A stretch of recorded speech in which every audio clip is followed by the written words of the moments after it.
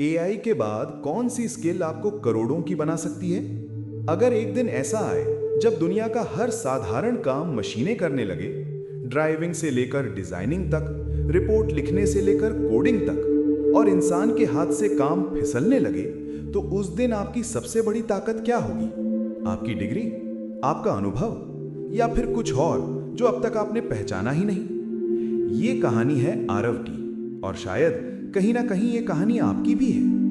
2026 की एक सुबह, शहर वही था, लेकिन रफ्तार बदल चुकी थी। ऑफिस में आधे कर्मचारी नहीं थे, उनकी जगह स्क्रीन थी, स्क्रीन के पीछे एआई सिस्टम।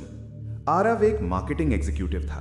पहले वो कैंपेन बनाता था, आइडिया देता था, रणनीति सोचता था। अब कंपनी ने एक एआई टूल खरीद लिया था जो ट्रेंड एनालिसिस करता, टारगेट ऑडियंस समझता और 30 सेकंड में पूरा कैंपेन बना देता। आरव के बॉस ने कहा, तुम टैलेंटेड हो, लेकिन अब हमें सिर्फ सुपर टैलेंट चाहिए। उस दिन आरव ने पहली बार महसूस किया, औसत होना अब सुरक्षित नहीं है। घर लौटते समय आरव के दिमाग में एक ही सवाल घूम रहा था, अगर मशीन मुझसे तेज सोच सकती है तो मैं क्या बेच सकता हूं? वो सिर्फ सैलरी नहीं चाहता था, वो आजादी चाहता था, पैसा चाहता था, सम्मान चाहता था, लेकिन करोड़ों कमाने के लिए अब सिर्फ काम काफी नहीं था।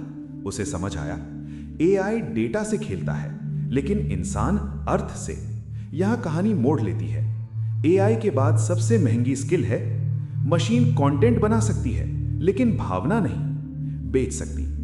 जो इंसान लोगों के दर्द को समझे, उनकी कहानी को शब्द दे, उनकी समस्या को दृष्टि दे, वही करोड़ों कमाएगा।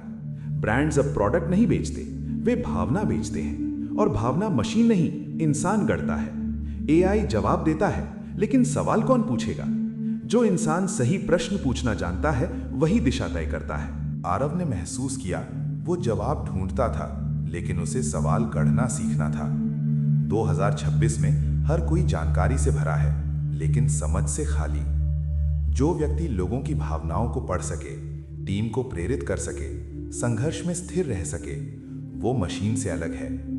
यही स्किल नेतृत्व बनाती है, और नेतृत्व पैसा खींचता है। एआई के बाद सबसे बड़ी करेंसी है ट्रस्ट।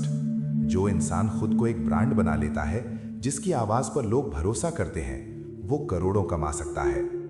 आरव ने नौकरी छोड़ दी। उसने अपनी सोच, अपने अनुभव और अपने संघर्ष को कहानी में बदला।